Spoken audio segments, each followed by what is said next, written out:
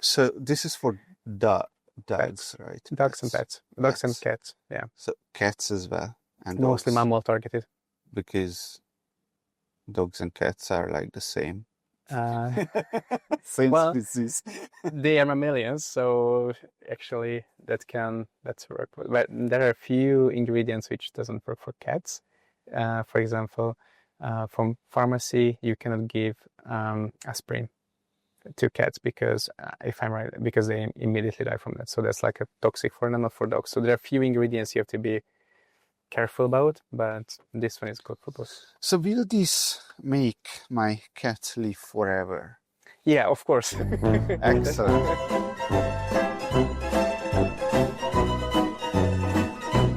There is a new class of supplements that I've been trying to get my hands on, but it's very difficult because the only company that is creating that is Novos. Yeah. And also there is like Stephen Shore. He was perhaps the first or one of the first longevity athlete I interviewed. He's also trying to create things like this, except he's going to the in the route of the more like these all kinds of herbs and medicinal Chinese ashwagandha, this kind of stuff, right? So he lives in Hawaii.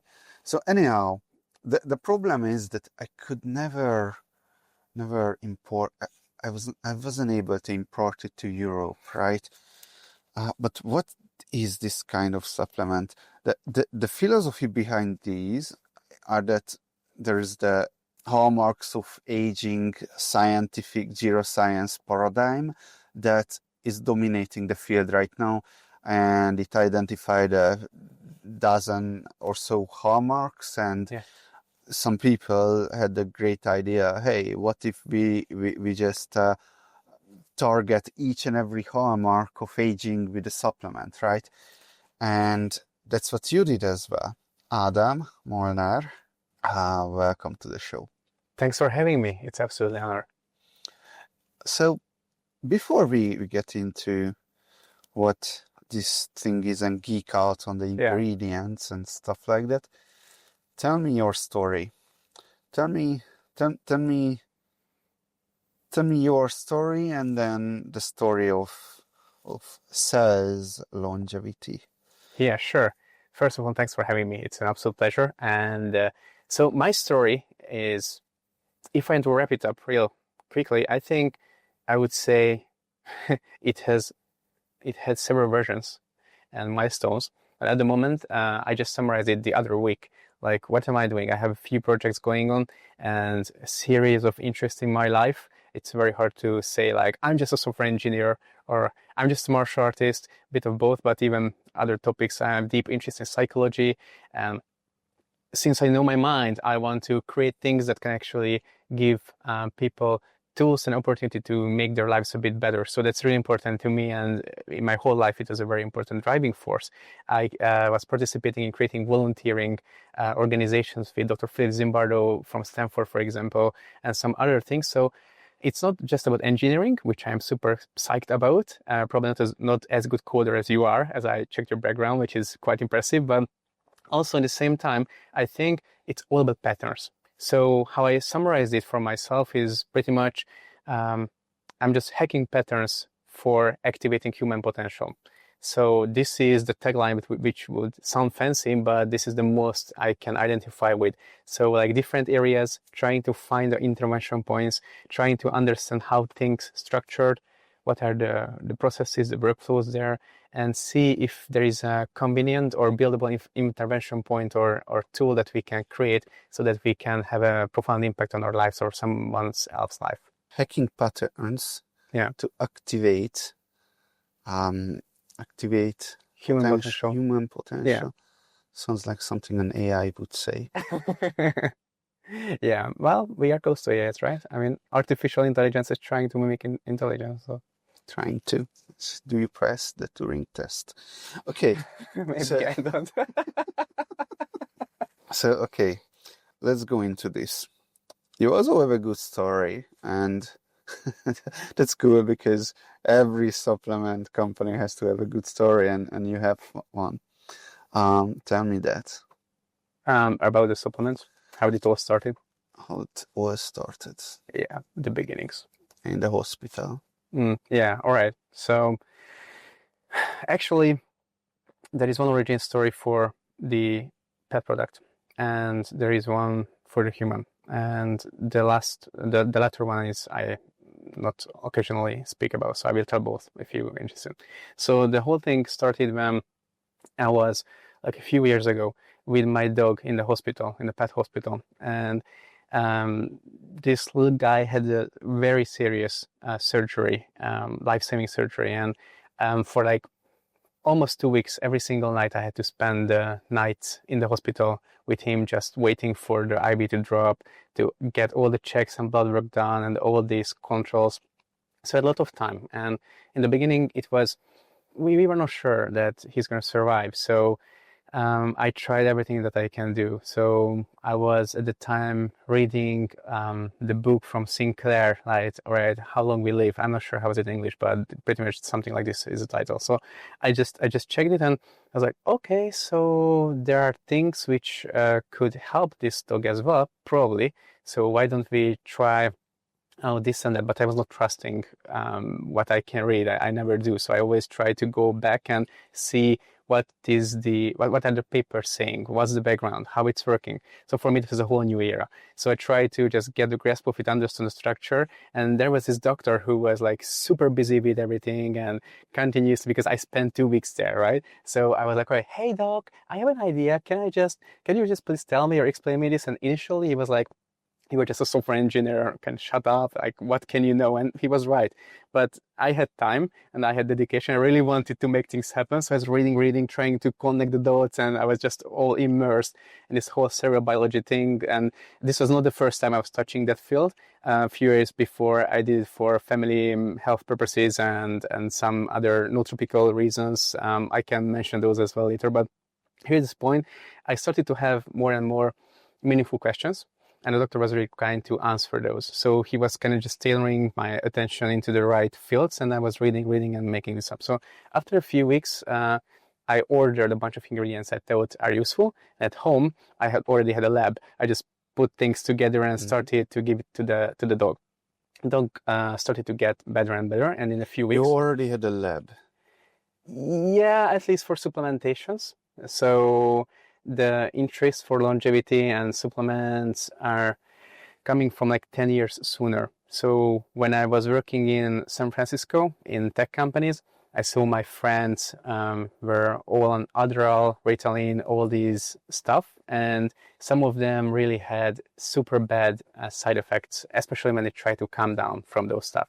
So I was witnessing that they are performing insanely good compared to my ADHD at that time, and it was just very obvious that how big performance boost they are getting from this, but also at the same time they started to get miserable. And I witnessed those. So when I came home from there, I had the first project about trying to figure out what herb supplements you just mentioned, or what else can you just supplement so that you at least have some effect, probably or hopefully great effect, but not that potent thing that can actually make your brain become a slave of that ingredient. So that was the first idea. So I already had like stuffs around and knew how to approach things at least, but I didn't have this background of going deep into a cellular level and understanding those stuff. So that's when I started to go that direction. Interesting point or pivot point was when a few weeks later we went back.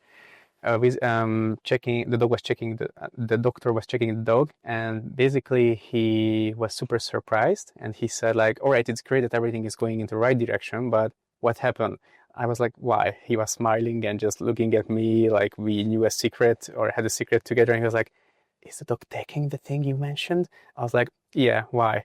Because all the values and everything and the blood work and just the pace of generation of the tissues were just like much higher than he got used to. So he said like, yeah, it can be a miracle or something is happening with this dog. So is he taking what you mentioned? I was like, yeah, I'm supplementing him totally. And he said like, all right, you know what? let's come back next day, sit down, because we have to make this thing a thing, because more living little creatures would need that and appreciate that. So that's why, and that's how we started this whole story at that time. When was it? 2022. 3 years. And did you do this with other dogs as well since? So we have other previous versions. This is the first version. I just got it like 2 weeks ago, literally. So this is the first batch manufactured from everything. And yeah, so he was giving it to a few other dogs, but we didn't do the blood work yet. So our next step is actually they have this shelter for lost animals. So we are planning to do like a proper blood work checked supplementation of this and check the values for them. So not enough sample yet. It's more like anecdotal at this point, but yeah. Is it that hard to get a blood work blood work for a dog as to a human? Or is like the bureaucracy is not as crazy? Bureaucracy is not as crazy, but it's decent.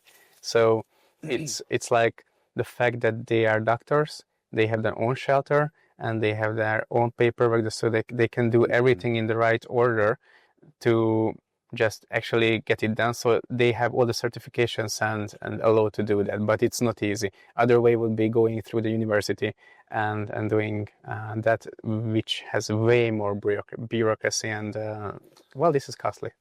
Okay, so this was already based on the hallmarks of aging, or it's not? No, it's not. No. It's different. And this is not based on the hallmarks of aging, is it? Well, all of the these are related. So if you just check the ingredients, this does have NMN, for example, and where do I see? Here. There, yeah. Yeah, NMN, PQQ, CoQ10, 5-citin. Yeah, like a human would take these things. Yes. Okay. But these things, most of these were already in the initial forms. 5-citin was not in the initial one. Carosteribine was, actually. NMN was there. Quercetin, pretty much those. Let's geek out on these. All right. So the interesting thing that I see here is that this is almost a subset of what you have here. Yeah. So perhaps we go through these, and let's start with the one that you don't have here. All right. Which would be inulin, right? Inulin, yeah. Yeah, I'm taking that at home. Yeah, for what? It's a fiber supplement. So, and it's the tastiest fiber supplement. It's very good, right? Yeah, I love it. Yeah, I always make some, call it vitamin water, but it's full of creatine and collagen and all kinds of stuff. But when I don't put inulin in it, it's awful, right? Yeah. Yeah. So, okay. Well, I guess my question is, why didn't you put inulin on these? Yeah, absolutely good question. So this... You need a lot more? No, so this guy is actually, if I'm just opening it, so it is a liquid. So what you do with that is usually I just put it on my finger, and you can try if you want. It is actually good. Having a pretty good taste. We spent 5 minutes here, and it's already a mess. It tastes great. It tastes like inulin. Right? That's right. So the whole... It's a bit... It has some aftertaste, though. Yeah. So the whole inulin thing, besides being a really great fiber source, it's just mostly here in this for the taste.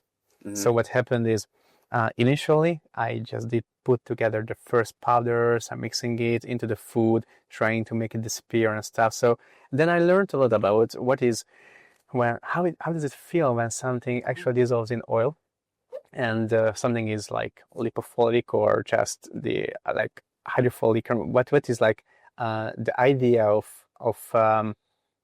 these ingredients actually getting into your body and just getting absorbed in different pH levels, and also like what is what needs water, what needs some fat source. Mm-hmm. So all these kind of questions became apparent when I started working on this. I just heard about these things, but I was not really aware what does it mean. So this was a hard lesson to learn. When I actually did a proper solution, then all these guys who need some fat source like oil and stuff became extremely bad to eat, and the taste was just awful. So for example, steel bean is unbearably having a bad taste. So it's like really unbearable. And also isoquercetin, so most of the flavonoids and polyphenols are just having this extremely bad taste when they are dissolved. And it's great for me. I mean, I don't really care if it's healthy. I just take it and I don't really mind, even though you have a really bad aftertaste sometimes if it's just purely dissolved. But for the pets, they just simply don't take it, because if they feel something in their food which they're familiar with, they will immediately recognize, even if it's not conscious, but they will know that something is off with the food that they know. They recognize their previous food, but it's not that. So it could be toxic. So their life force just comes to the surface and say like, yeah, won't take it. And this is why we had to put even more effort into finding the right taste. So this actually has a few ingredients which is not in the human capsules, because these are just basically capsules and you don't taste them, right? It just goes into your system. Whatever happens, your gut is not complaining, hopefully.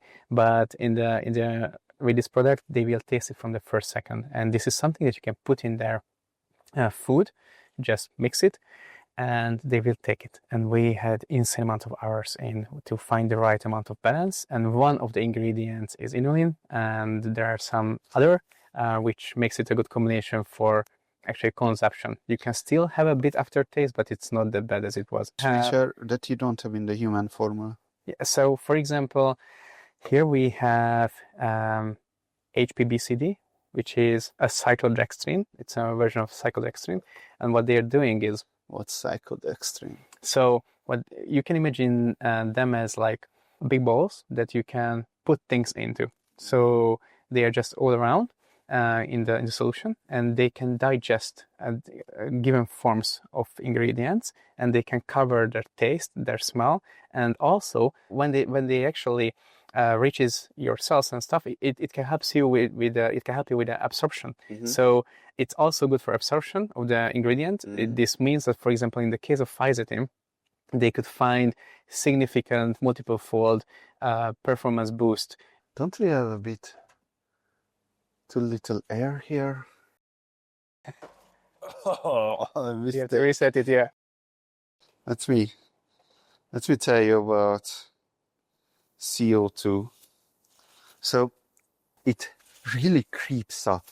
At home I have CO2 I have like 7 or 8 CO2 sensors in every room, right? Nice. So I get really the feel of it, how it creeps up. Okay. And in a very small box like this, if this is not good enough, then we might even pass out, right? So I mean, it's not normal that I start to sweat. Yeah. Oh man, I had such a bad story once. We in Budapest, we were at a building which was like super tall, like I'm not sure, like 20 stories or something like this. But they renovated the elevator in there. But during the renovation, they just put this metal everywhere, and they made sure that these metal edges are super good. So actually, we had no place for oxygen to come in. Now these elevators got stuck, and all the service, the telephone service for to call someone was just totally out. Oh. We couldn't reach anyone, and because we were in a metal cube, even my mobile phone couldn't reach anyone. I could barely hear the one at the emergency line, and they couldn't hear me. And the thing is, 4 of us was in a little cabin, and after like 10 minutes, we were sweating, we were hot, we felt all these bad things. Some of us started to panic, which didn't make the situation much better at all. And it was like, all right, we might gonna pass out and die here. That's fun. Like in Budapest in like 2024, modern environment, we just wanted to go up, and that almost happened. So in the end, some magical force of power just reached us, and basically raw power, we just tear apart the door, which before we couldn't. So, and finally could get air from the tunnel, right? Until Scary. someone came to save us. But it seems that anytime I go into elevator, the first thing I Yeah. check is there airflow, and because there wasn't. And okay, so we are here in a network state, Yeah. in the frontier of civilization, Absolutely. right? Yeah. So how are the elevators here? Oh, actually, I couldn't check all of them because there is this artificial ceiling there, which have only in the sides the potential for airflow. But I'm not sure if there is any ventilator or something up there. What I can see is they are all so hot, and every other day they got stuck or is out of the service. So I can't tell. I'm pretty much having the closest thing to that, the fear for that. Yeah. Right, I'm here for like 10 days and I pretty much have seen elevator fixing like, I don't know, like 5 times. Yeah, absolutely. I saw it as well. I was like, all right, great. Here we go again. Potential the next Right, thing and the place you want to be besides the elevators. Yeah. right. Anyway, sorry, get back to the topic. I didn't want to steal this, but Okay. yeah. Yeah, what was the topic? So, The topic was cyclodextrins. Cyclodextrin. Dextrin. Yeah, it's actually one of the industry secrets, and there is a reason why we didn't put on it. So, besides the efficacy of ingredients and how much I believe that they are good, that they are just ingredients that you have to find a way to supplement. And this is more like a manufacturing feature, or until now it was kind of secret, intentionally, like because this got the certificate not as just a supplement, but it's more like I'm not sure how it's in English, but when it's not a pharma thingy, but close to that. So it had to go through a rigorous 8-month process with doctors and with the board and stuff and lab tests, and did everything so that this can get the stamp of being between the supplements and the big pharma thingy. So it's more official. That's why you don't need to put all the ingredients and the amounts on it, because the board checked it and got the stamp. So it like basically protecting us and the thing, and basically the brand itself, but also like stating and protecting consumers that it's safe and it does what it's supposed to. So it's protecting customers by not putting the amounts on it. By putting the stamp on it, that actually experts did check it, because believe it or not, you must know, but most of the supplements in most of the places in the world does not need any kind of rigorous examination, for example. So it's totally up for the manufacturer if they just go in there and make sure that the product is great and matching their standards at least. So it's funny, or not, but for humans, you don't have those standards, so you can really sell anything. For pets, you cannot. So yeah. So let's talk about that, because listeners of the show probably know that I have a way of figuring out which supplement brands to never buy again. Blacklist. Right? A blacklisting. Yeah. That's right. So what I started to do is to look at a couple of ingredients, because there are a few things where there is like a better version and a cheaper version. Yeah. And usually the cheaper version is not that effective, or even has some toxic elements to it, like some kind of shit. So I have like a huge list of blacklist, and there is 3 companies that survived that blacklist, and I guess now it's 4, because I'm looking at this, and you did choose the, let's say, vitamin B9 methylfolate 5-MTH, right? I think, is it folic acid or? Yeah, the folic acid is the shittier form. Absolutely. Although that's not toxic, which is good, but still, or the CoQ10 here, which is the ubiquinol. Yeah, it usually have 2 mainstreams, one the ubiquinol and ubiquinone, and one of which is like a fast soluble, but much more unstable molecule. So that's why they usually put it into like some oil solution and in like the soft gel capsules, because that's the only way you can sustainably supplement ubiquinol, even though that's more likely to get absorbed only if it survives the way down there. So that's an interesting idea. Here we have in the CoQ10 case a pure sorb, which is a form when they already dissolved and stabilized it. So it's a very easy, very well absorbable part, but they choose a different way of stabilizing it. So it's like a solution already, how you can just supplement it. So yeah, that's one thing here. But going around the different forms of supplements, I really tried to find those ones which does actually make sense and not harmful. For example, I didn't know, probably, I'm not sure if you know, but please tell me if you knew this, but in the case of vitamin B6, for example, which is pyridoxine, the common form, and the better form is, for example, P5P.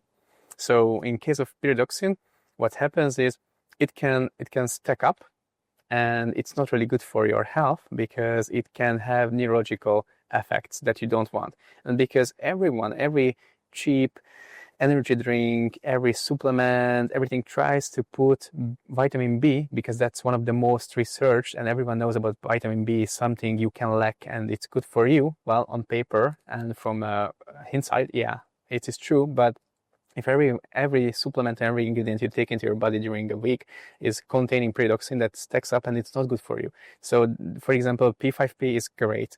And so in case of vitamin Bs, there are methylated and activated forms. Not every vitamin B has a methylated form, but you can just say most of the vitamin B are having some kind of activated form, which could be like in the case of vitamin B9, as you just mentioned, methylfolate. And the other one is vitamin B12. Which is methylcobalamin in our case. So those two actually got into the product, into both, not because I just wanted to give some vitamin Bs, but because NMN and NR, which is NR is in the human version, because in Europe you cannot supplement NMN for humans officially, but since it's close to a pharma thingy, then you can put NMN into that. So that's the difference. I would prefer NMN over NR. It's my, but I just had to go the legal route. So that's why it's very close. I mean, they are using the same pathway also in our cells to just go there, and they convert into each other at some point. So it's not bad. But anyway, the thing I want to say is like if NMN is doing its job, so it's filling up the mitochondria with power, right? So that's why we take NMN to powerhouse of the cell. Exactly. A lot of articles are talking about this, and everyone knows what is NAD supplementation these days, except maybe not, but we hear a lot about these things. Influencers, celebrities with the IV infusions, everyone's taking those. So it's like they're not secret anymore. I mean, not anymore secret thing that they go to, but you can supplement those things with NMN and NR, and it's great for your cells. And we can go into this topic if you want. What I'm just saying here is B9 and B12 came here as a methylation donor, or as a methyl donors, because if, let's say with an analogy, if the mitochondria is overpowered and you're just supplementing it, it's like a reactor. It starts to does its job. The whole cell is happy for what's happening, and the city is having a good time, let's say, with analogy of it being your power, your place of living. So it's like a city, lights glowing up, it gets the life, it's great. So this is what's happening. But in and near the reactor, you actually have some side effects, and the homocysteine levels are just going up, and you just don't want that. And this is not just happening because of NMN or NR or any supplementation. It happens generally, and especially in elderly people. And the way we got more elderly, we just have more higher and higher levels. So we don't want that. So that's why, as a precaution and as an insurance next to these mitochondrial boosters, you want to always supplement something that's actually protecting from the potential side effects. And that's why these methyl donors are just good for bringing down the homocysteine levels. So okay.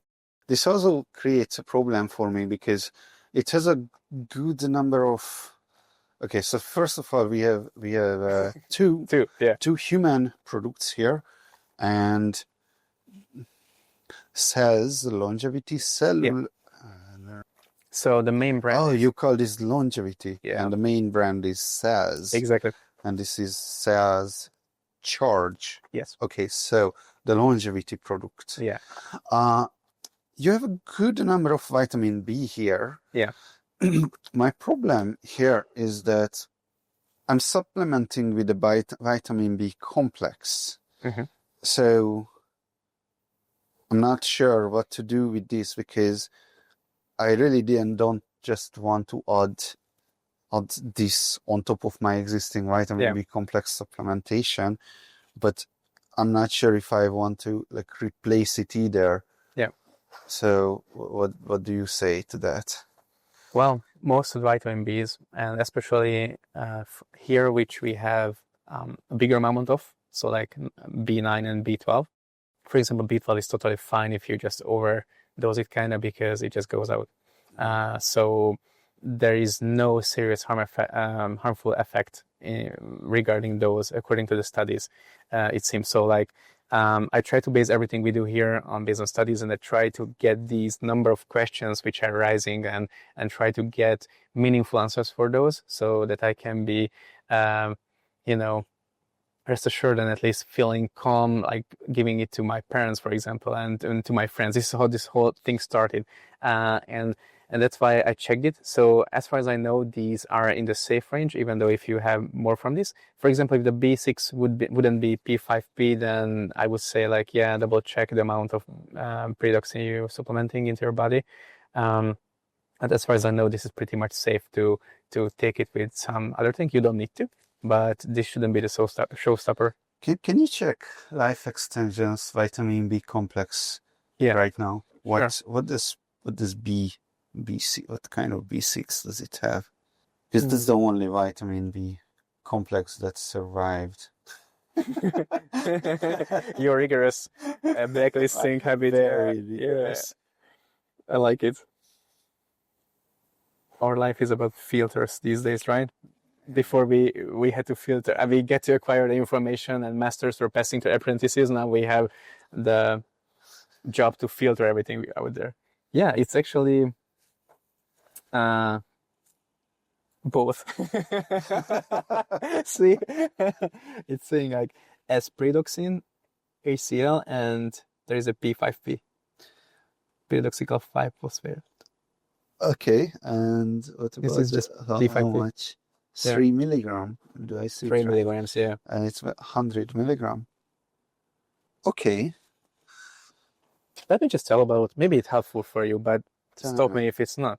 Like, if you just read them linearly, you don't see the structure behind what created this list. Mm-hmm. So, because otherwise it would be just a bunch of. Okay, what's the structure behind it? So the idea was, first, give mitochondrial support. So all the papers supporting that idea, like, okay, somehow give an extra mitochondrial support. So what are the ingredients for those? Before you tell me about mitochondrial support, why mitochondrial support? Yeah. Why do we even care? So is this already from the hallmarks of aging? Somewhat connected. So, but not. Okay. Maybe, I mean, are you not believing in this whole direction, or are you just questioning? I'm curious about yours. So, I believe this is speculative, right? Okay. Well, that's it. I just think this is speculative, right? Like, if we put creatine here and what, let's say, okay, just lithium, right? Like, lithium is very, very trendy these days because it might actually, microdosing, it might actually prevent dementia, and maybe Alzheimer's as well. I'm not sure. They say it's neuroprotective, yeah. Neuroprotective, yes. But you put creatine here, and like the millions of study on creatine, there is like a huge disparity of how sure are we about creatine and how sure are we about microdosing lithium. Yeah. Right. So this is very speculative. I am very interested in this because this is in my main field, right? The hallmarks of aging is the core of where I am working. Yeah. So you don't think it's speculative because you've read all the studies, so you know everything now. I don't. I just try Okay. to. I don't think I know everything, and no, far from that.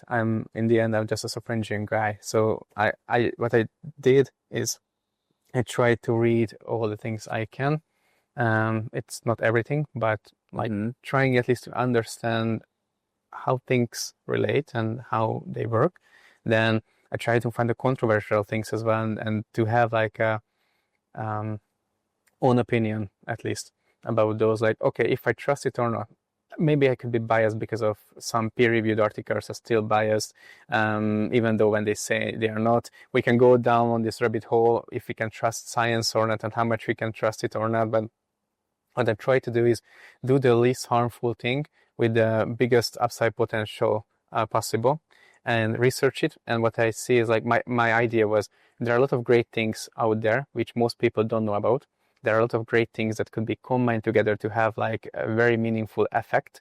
And when we don't have to take very serious drugs, but we can just take these, and they are mostly or significant percentage from fruits and natural stuffs and made from those, so we can combine them in a way to build up a flow of effects, like a chain of effects that we might desire, which can have a good effect but are not dangerous or not that dangerous.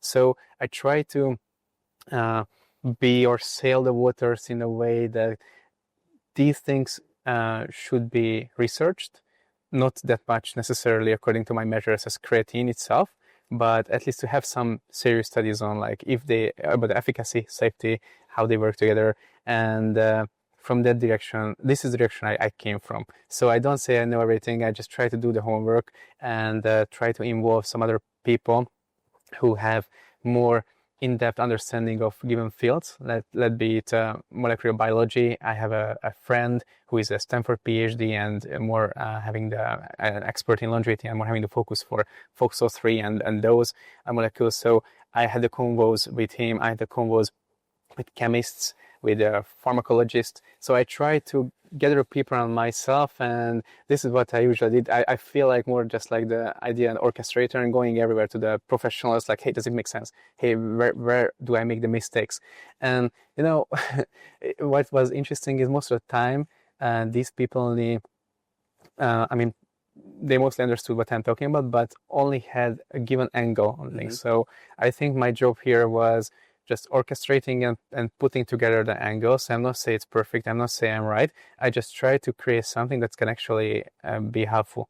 So and making sure it's at least not harmful. So I'm not coming from the I solved it idea. I'm more coming from I just really wanted to give it to my dog and to my parents, so I made it.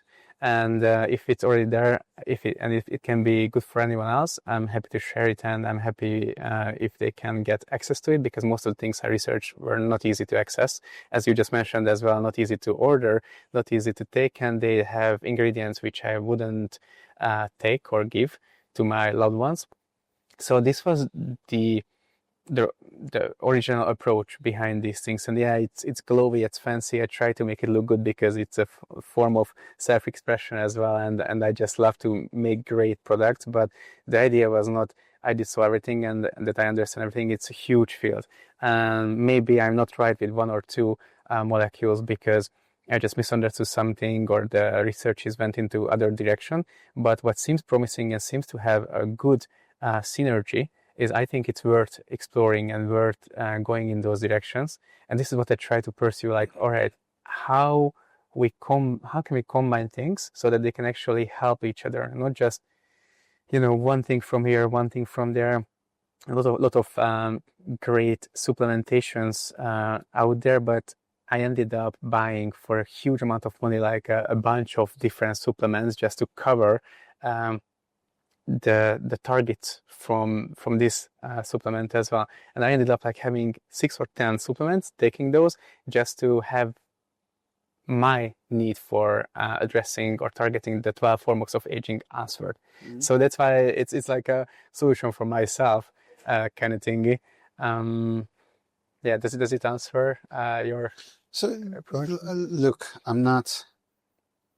It is clear for anyone who thinks about it just a little bit that we are not going to solve aging by going brute forcing through every single molecule there is in the universe with every single combination of them and every single, like, all kinds of doses, right? And then doing randomized controlled trials, and then we do so many on so many populations that then we can have like meta-analyses, right? And the meta-analyses can like argue with each other, right? And the meta-analysis of meta-analysis, right? Like, this is not the way.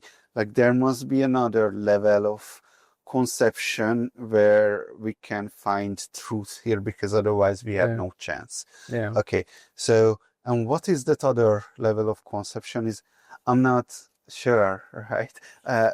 Perhaps this is it. What's the system? What's the logic behind cells and cells charge? Yeah. All right. So as a system, actually, it started more holistically. I do meditation a lot, and I believe that longevity, and maybe even just a question what longevity answers on its own is a different topic. But I think it not just about supplementation. So it's just one thing. As you just said, like, we didn't figure out everything.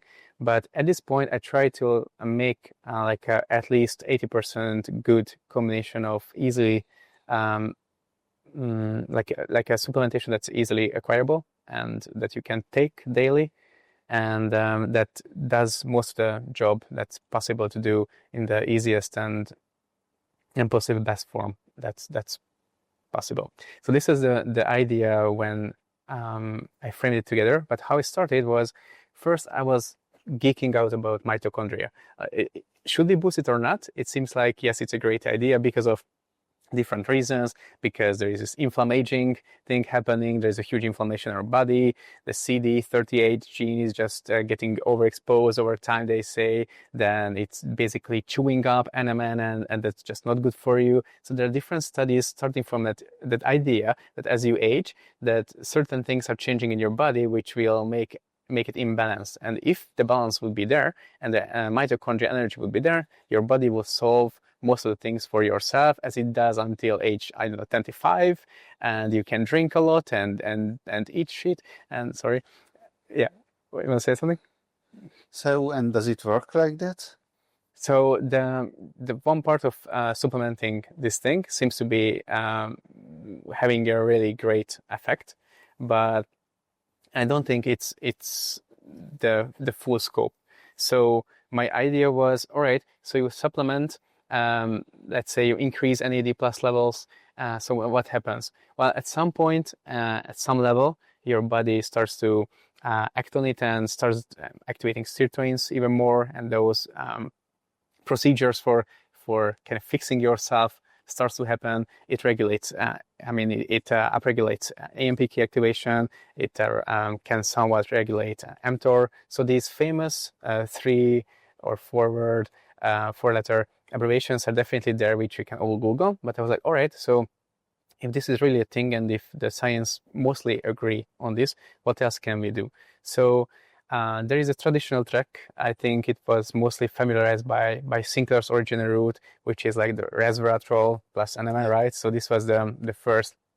And then they realized that actually quercetin is a really great molecule on its own, but it's really hard to get to absorb. So that's why there are different forms which science and people have interest in. So like resveratrol's better absorbing alternative could be pterostilbene, like quercetin's better absorbing alternative could be isoquercetin. And there is the fisetin itself, which if combined with cyclodextrins, it's also a big boost for absorption. So there are a few things that if you combine, you will get a synergistic, better effect in the end. And these are the synergies I was looking for, first just for fun and for supplementing it to myself. So the idea was, all right, we boost the mitochondrial energy. What happens next? So then there will be one route for fixing yourself. This is mostly about the DNA repair route. There is another route for fixing AMPK activation and how your body absorbs energy and how it relates to that. All right, great. So this is now more related to inflammation and reducing inflammation, which is a very, very important thing. What is the cause of inflammation is very different. It can be diet, lack of sleep, it can be stress, it can be a lot of things. But if that happens, there is a high chance, it's almost sure, that your body is going down on the wrong route. So in general, the idea is, if you reduce inflammaging, and starting by reducing inflammation, that's good for your body. So those two were the first compounds that I just did put together, try to find the best forms. These were very researched. I just tried to combine them. Okay, what else makes sense? Just to be clear on this, inflammation, what in this is aiming to reduce inflammation? Yeah, so here from the guys, actually, you can see isoquercetin. Isoquercetin, Yeah, that's a nice flavonoid. And pterostilbene. Right, so wait, so isoquercetin is just like quercetin, but like a better form of it? Yeah, exactly. Uh-huh. Yeah. Pterostilbene. Right, pterostilbene. That's something I've never even heard about, actually. It's like resveratrol, just 5 times more bioabsorbable.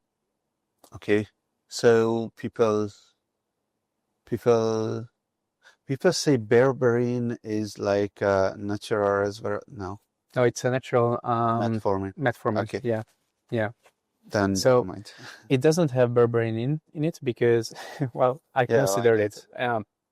So berberine has really great science as well, but also the bad ones. So they say it can have serious downsides, and I just didn't want those. And also the dosage would be bigger, and I had to really carefully select like how much from each to make sense, even including them, and what should be those that are actually in. Right. You can't put creatine in it because it just... Okay, wait. There is the reason that, okay, creatine, you need to put a lot more in it because it's a lot of powder and the capsule would be too large. But is that the reason, or there is like an actual reason why you didn't put creatine in it? I didn't even consider things that are too big to fit into 2 or 3 capsules. So I wanted to create something for myself and family and friends which are easy to absorb and everyone can take it. And for example, ladies like my girlfriend doesn't want to take creatine because she's just concerned about growing too much muscles. And I know it's not that easy, but you have to explain like it's not drinkable muscle. But yeah, this is the thing. So I didn't consider creatine, but here the idea was what are the most necessary ones. And for example, with the mitochondria, it's not just NMN or NR to supplement that, but also PQQ is really great according to the studies for mitochondrial biogenesis. So it actually creates more mitochondria, which is good for you. Now you can boost that. And with CoQ10, you can protect it. Okay, it's a bit oversimplification, but they are together on the mitochondrial level and then responsible for having more energy-making little reactors which are supporting them protected. Then this can support the guys who are going out and fight on different pathways for reducing inflammation, for fighting the DNA damages. So these are great for you. And these here, PQQ, CoQ10, and NR. Here are the first layer. Then the second layer are these also antioxidant compounds like isoquercetin, pterostilbene, fisetin, and then also astaxanthin, which is a very potent antioxidant, fat soluble. So that's also needed there. I try to also balance water solubility and fat solubility. So having antioxidants for both dimensions, and each of them has also some great effects. So, and astaxanthin, for example, is really good for your eyes, for your skin. So it has already well examined and proven effects on its own, but in general, I was considering it as well as a fast-soluble antioxidant because that's also very important for you. So also, like pterostilbene is a really great neuroprotector.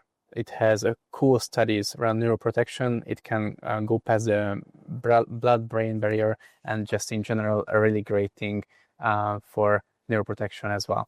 Isoquercetin, besides being a powerful antioxidant and a great flavonoid and an AMPK upregulator, it's also an inflammaging fighter. It's also great for allergies and different sorts of things. So these are in general having multiple really great effects, but the idea was inflammaging and modulating the pathways, which should be modulated. But it was hard because what I found is, for example, mTOR inhibition is something that also, according to studies, we want, but it's very hard to do with a little amount of ingredients. Well, it depends on what studies you look, because if it's bodybuilding, then the opposite. Yeah. And you want to activate it.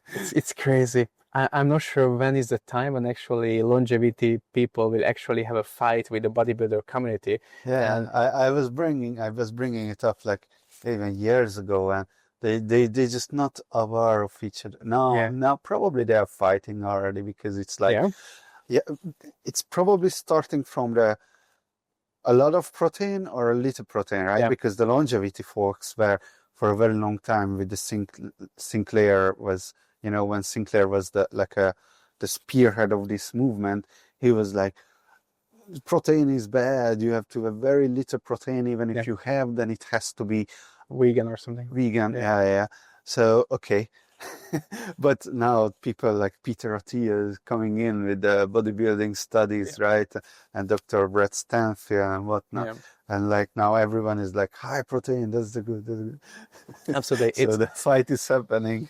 Absolutely. And it's just a question, like if I say like, okay, it's inhibiting mTOR a bit, and just according to some most research studies, or the main ones we know about, at least they say like 5 to 10% a decrease in the growth trajectory, or just the speed. I'm not sure is if you are actually having like an inhibitor there, but you can still gain, you can still have a huge boost on your body in general, just not with the same pace. But if I just have to sacrifice a bit of muscle growing pace for like a big impact on my health span and longevity, of course, I mean, it's a no-brainer for me. So I think the communication there is not really like this. It just seems like they just have to understand the underlying mechanics a bit better, no?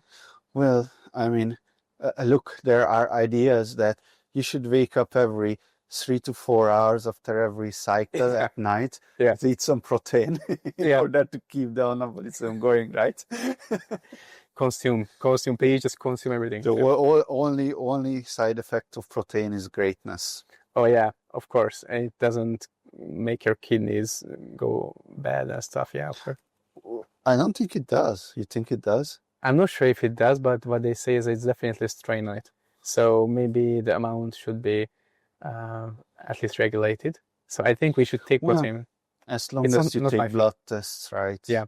Then you should be fine. Check for creatinine levels and stuff.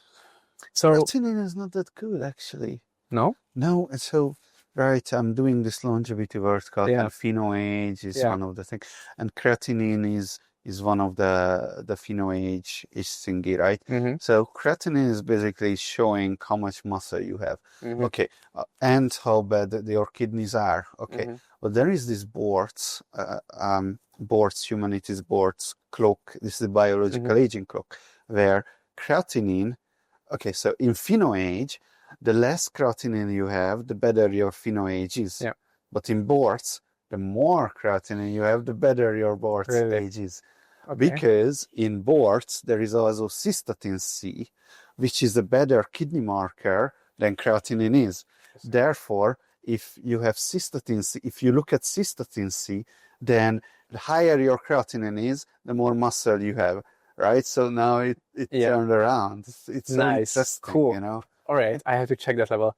Yeah, I'm curious because every blood test I do, I'm somewhat concerned, like, am I having some kidney issue or I'm just working out and supplementing too much? And I have it all the time and I feel good, but I just couldn't make it straight. And I always read about it and yeah, it's maybe just because of protein supplementation and working out and stuff, and probably there is no problem. But how can I make sure? Maybe with that one. Yeah, awesome. Anyway, sorry, I sidetracked the whole thing. So, if I want to sum these two things up very briefly, we never ever had this focus podcast before, so no, I checked your podcast actually, and you have really great questions, and usually your guests are answering them very well. So I just feel like I had already 3 or 5 different directions with every question, but this is such an interesting field and you can go everywhere. I enjoy it a lot. So how I sum up this was actually longevity was made to target all the 12 hallmarks, and you can take it daily. So I call it like a full spectrum daily longevity formula. And the target mechanism is boosting mitochondria, protecting it, then reducing inflammation, and then trying to do neuroprotection. So because some of the ingredients are already great for the brain, I was like, okay, why don't we also address what's happening in the brain? Because that's a very significant part of aging and having all sorts of diseases around that. So that's why that would be great if we could save the brain. Yeah, absolutely. And if few compounds are already great in it, why don't we just try to make it full stack? So that's why also very, very searched ingredients like L-theanine, which is also great and considered as a nootropic, came into place. Also CDP choline. These are all modulating neurotransmitters and are in general very good and very safe for you. And combining them with like energy boosting and neuroprotection, they are all having a really great effect on the brain. Very search, super great combos. So then we did some focus groups, and the ladies in the focus groups were just like saying like, okay, cool, I would buy it, but could you do anything that actually is better for your skin as well? Is there a chance? Or it's not fitting? I was like, you know what? I didn't think about it, but actually if we just check, very similar methodologies are great for building a baseline and helping the cells in your skin as well. So why don't we just add, for example, vitamin B7 there, some zinc in an activated form, and also hyaluronic acid, low molecular weight for sure, and those are added as well. That's another low molecular. Yeah, okay. Yeah, go on. Yeah, so this is how it was made, and then I realized like we are so close. If I kind of compare it, I mean the ingredients and the effect mechanisms, if I just put them together and if I just compare them against the 12 hallmarks of aging, there were only a few which didn't really have been addressed. And I was thinking like, okay, is it even possible to create a supplement which is like 1 or 2 pills? Because obviously people don't really like to take more than 3 pills at max and not the big sizes. So I mean, talking about average people, not biohackers. Obviously, we just take a bunch of everything. People who are listening to this are laughing at you right now. Yeah, of course. 100% daily routine. I know. I mean, if they like it, I'm happy if they take it as well. But it was more like a general thing, general idea.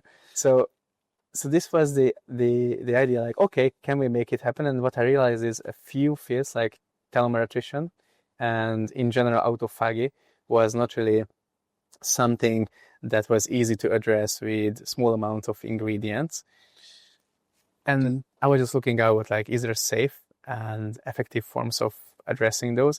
And for example, lithium was one of them, which came as the latest. Telomere attrition, lithium? Yeah, it has some effects. Yeah, or it seems like it does have some effects. Astragalus, did you check that?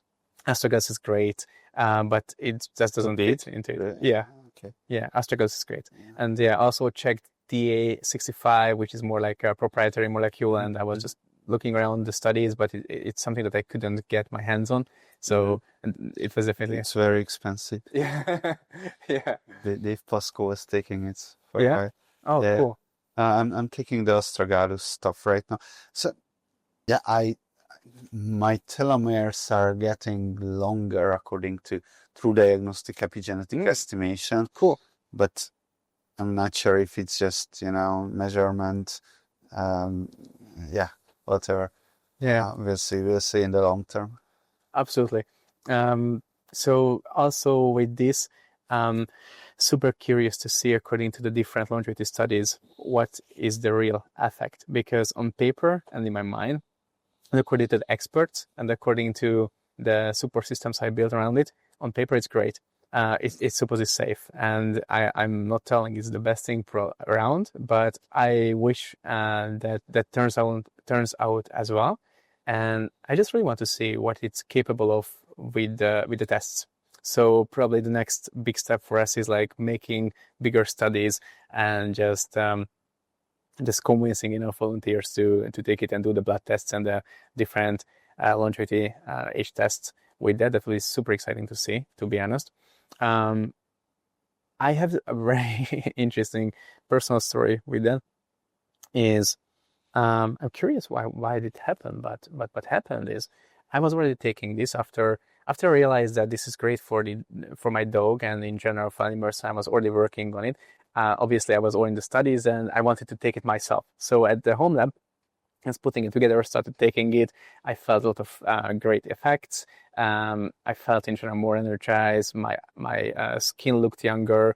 I needed less sleep, even though I tried to put enough. So it was a great effect as well. Maybe placebo, maybe not. Who knows? I have to take into consideration that some part of it was that one. But anyway, I was thinking it, and I was thinking, is it good for me really, or should I just stop supplementing it, or is it having a profound effect? Anyway, things went on. I had a super stressful job, and what happened is I got an injury, or this is what first the doctor said, and I was thinking that it's an injury because of CrossFit. But here I had serious pain, and it turns out that first I went to check if it's my appendix, if I have appendicitis or not, and they were telling me after the first blood test, like, no, your inflammation markers are just not showing any kind of inflammation that would be related to appendicitis. I was like, okay, cool, but could you please at least check with ultrasound or something?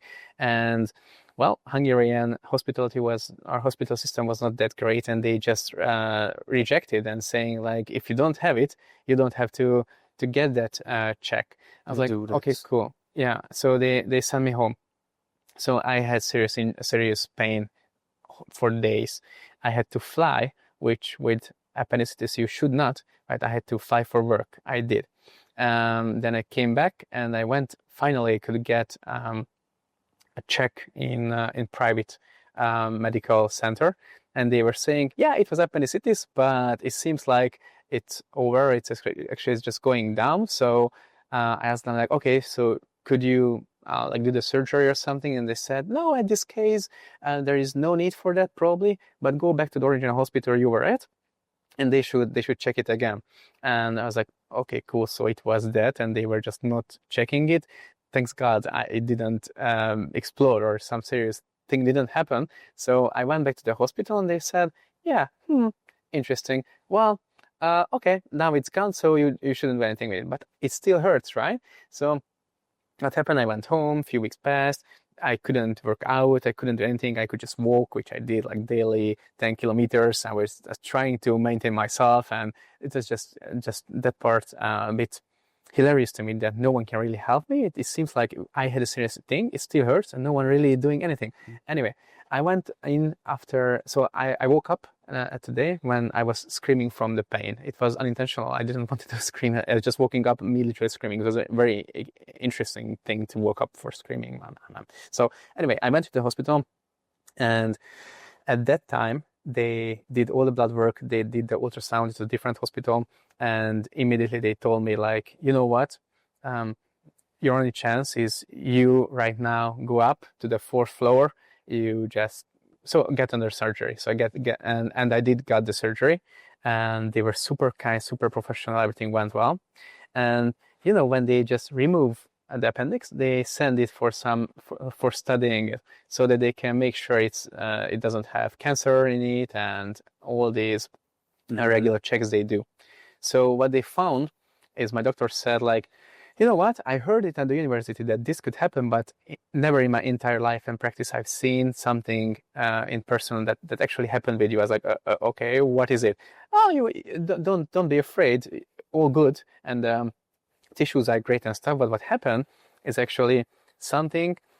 Somehow the body just overgrew a layer, like a cocoon around the appendix, which was about to explode, and it started exploding internally, but it just basically kind of overgrew it and somehow closed it so that it was protecting the rest of the body from the appendix from exploding.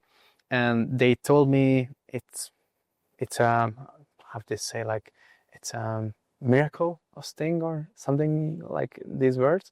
And I was like, okay, why is it a miracle? Well, because the body needs so much energy and so much dedication, and also in the same time, my inflammation markers were low, and the body had so much energy inside to do this very quickly and very efficiently. They said it's not usually what normal bodies can do or do oftentimes. I was just wondering, like, I was taking these supplementations at that time already, like, I don't know, 3-4 months in. It's totally anecdotal. I'm just wondering, like, they said inflammation markers down. So maybe my blood tests were it's a bad thing at some point that my blood test didn't show the inflammation because I was taking a lot of things that are pushing down inflammation, but also at the same time it didn't explode.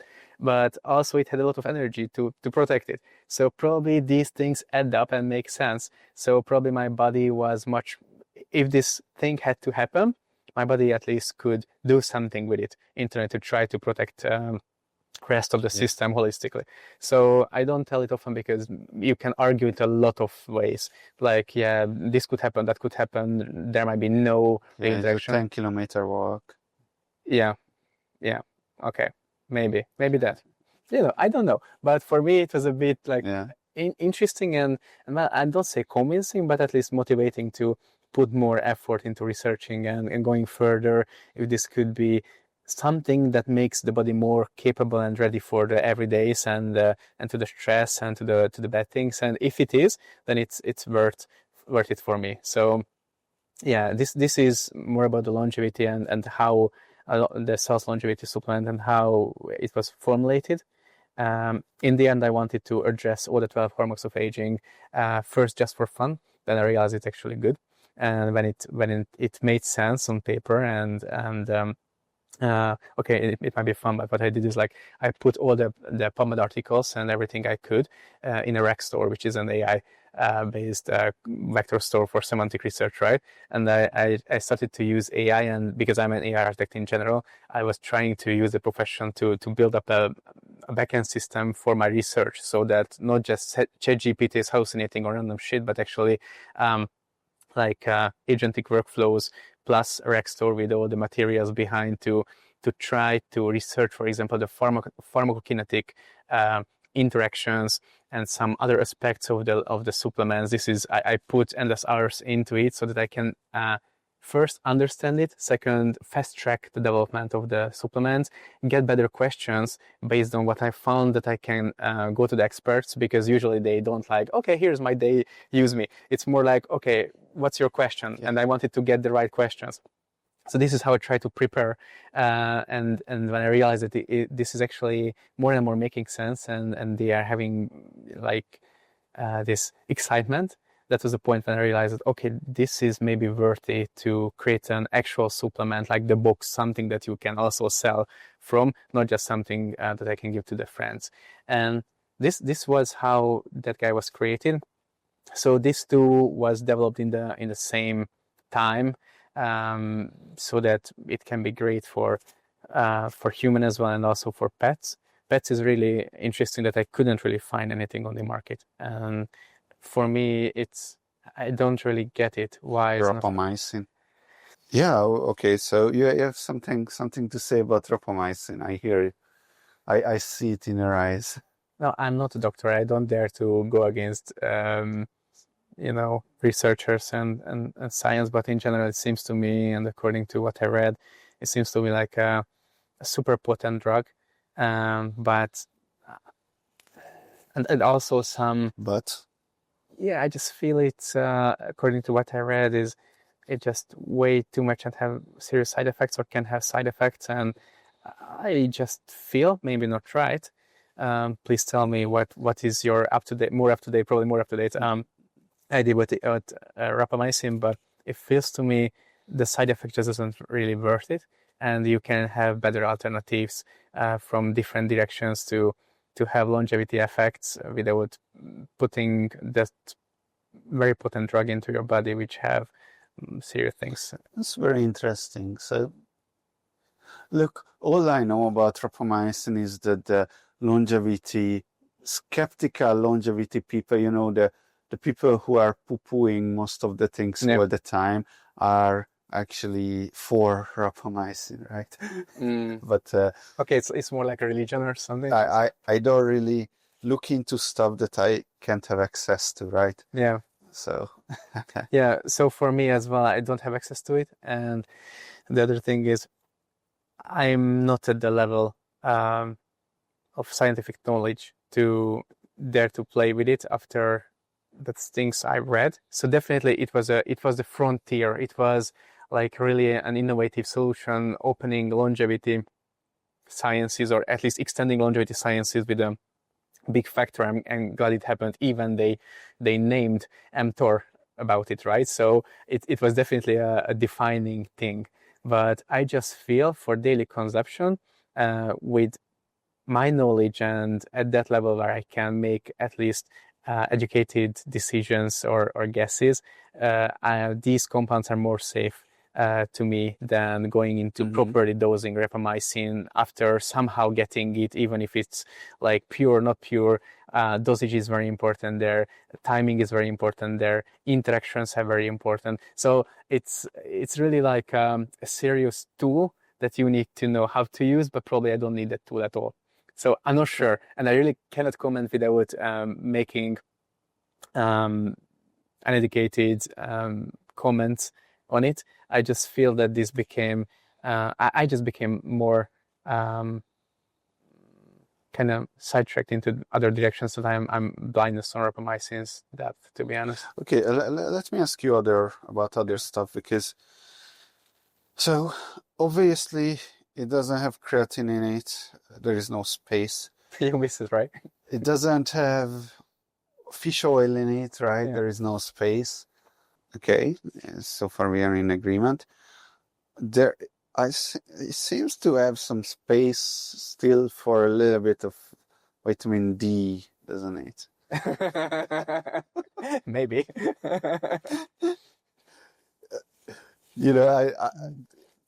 I brought also like capsules, and now I'm filling my own capsules. Yeah. So sometimes, yeah. It's okay. Food, by the way. If you just it's really full. Looking at it, it's like, yeah, mine usually have some space in it. It doesn't. It doesn't. Yeah, my manufacturer. I think there is some space here. That's right. All right. Yeah, try it. Okay, just. You want to open it? Yeah, let's open it. Okay. Tell me about the capsule, why we are opening the capsule here, because that's, as I hear, there was a consideration there as well. Yeah. So when I checked what's on the market, this one is actually, if you try it, it's terrible. So it's a terrible taste. Yeah. Yeah. That's why it's in capsules. But about the capsule, so this is a DR caps. So that means it has some extra layers on top of it, which is protecting the capsule from gut acid. Because I checked out a lot of supplements, and what I found is, even if they put those really great ingredients into the capsules that they say they do, for example, astaxanthin is super sensitive for gut acid. So even if that's first of all a very expensive ingredient, then it's also sensitive. So you really don't want to waste it in your gut acid. So, and that's just one. There are a few. So what is this capsule then? It's called DR caps. DR. DR. Yeah. And is it written here somewhere? Here. And the ingredients, it have to be written, right? So here you can see, Deer cups. yes, here's a capsule shell is, Right. yeah, Are you familiar with Do Not Age? yeah, the products. Yeah. Okay, so did you check them? Like, Do Not Age was really I have the blacklist, right? But even Life Extension have failed in some way because it has shitty products on their website that's not from Life Extension, and perhaps there was some really old line of products that were shitty. So, but Do Not Age, they were the only one that passed with flying colors on my blacklist. So, did it pass your blacklist? It did actually. I think their stuff are great. What I felt is there is a reason why it's like 3 times more expensive than any other supplement. That was my reason why I didn't buy those, because I just felt if I put together everything, and this is in general, not just Do Not Age, but in every. So first, I just wanted to buy this and take it. I really didn't want it to start a supplement brand or something. I enjoy creating products and stuff in general. This is how if I feel and sense a problem somewhere and I can solve it somehow, then I always like to just finish it and package it in a way that it can be of use for anyone else and it can be beneficial. This is just the way of my thinking and how I work. But it was not the intention to just create the nth longevity product or whatever. But I just couldn't really source the things for myself in a way that they are actually addressing all the needs I want, addressing all the 12 hallmarks of aging, because why not? If that's possible, and these are the hallmarks that should be addressed according to the science that are meaningful, why don't I create it for myself? At least at that point, I was totally convinced that this is the way to go for myself, and I still believe it's great. I mean, at this point, I feel you're questioning these 12 hallmarks. Let's talk about it later. I'm curious because I'm not that knowledgeable probably around this topic. What is the criticism about it? But what I found is great that at least longevity science agrees that there are 12 things that you can take into consideration. It not just your body is actually getting older, but actually that 12 approaches that you should be aware of and what's happening in your body that you can address. So for me, it was very compelling and exciting to see. Like I was like, all right, great, then. And these are the 12 topics that if I am taking care of, there is a higher chance that my body will thank it later and I will thank it for myself later. So this was more like the approach when I was setting the goal to make that covered as well. But anyway, getting back to the topic. So try to find those suppliers and ingredients in general which I could use. And to be honest, I just found the end result always very expensive and very hard to get. And when I actually started to put the formulation together and I went after the ingredients and suppliers, some of which are, yes, from China, but they are like from those ones which my manufacturer had long-term contact with, and they already researched them, they already had the lab tests. So I can believe that they are from the higher quality and they are high quality, so I could trust what I saw. And she also confirmed that they did a lot of tests before for other clients for some ingredients, for example, the quercetin, which is also a more mainstream supplement. So anyway, when I checked, and some of which is from a Swedish lab, and so I tried to get great supplements, but on the right price as well. And if I added them together, I didn't have the final formula at that time, just the main ingredients. I found it like, all right, cool. So even if I had to manufacture it, this is making much more sense than just randomly buying everyone's product, which already have huge markup on them. And maybe that's fitting the budget for US people, and maybe if you've seen in Asia, for example, in Singapore, you can find only NMN product for like $300 or something like this. Only NMN for a month. So for me, that was really not the dimension I was thinking in. So I interviewed the founder of Do Not Age, and he said that they were testing NMN products from Amazon, and they didn't have NMN in it, or very few had some. Like it was an NMN. So That's why they decided to not sell their NMN product in Amazon, because other people are selling the same with very cheap price. Yeah. Like, how do you compete with that? In general, I found that this is a problem with the US supplement market, right? Yeah. Yeah. The Hungarian one is quite a thing as well. Yeah. Well, Cytec and Biotech. Oh yeah, sure. They use all the shitty ingredients that there is, and because they copy each other. Actually, it's already the one company. I think it's one company. Biotech is both Cytec like 3 years ago or something, if I'm right. But maybe I'm up. But I think they did. Yeah, but that's really cheap quality most of the time. I mean, this according to my standards. But yeah, so Do Not Age, really great. I just couldn't get it, and not on the right price for my budget and how I would actually just even if I could buy it, I just look around and I see like, how can I make it easily accessible for my parents? That's always like a question. How can I make it easily accessible to my friends, to the loved ones? And they were like, even if it reaches my lab, it's not the same convenience for them. So that was the other reason, like, is it possible to create something that's covering everything I care about, the 12 hallmarks, and easy to take and affordable to get? So yeah, we don't make too much money on it. So can you fire up the 12 hallmarks paper? I think it's 13 right now, but can you fire it up right now? Oh, there's some. yeah. So here we have the paper. Yes. Okay.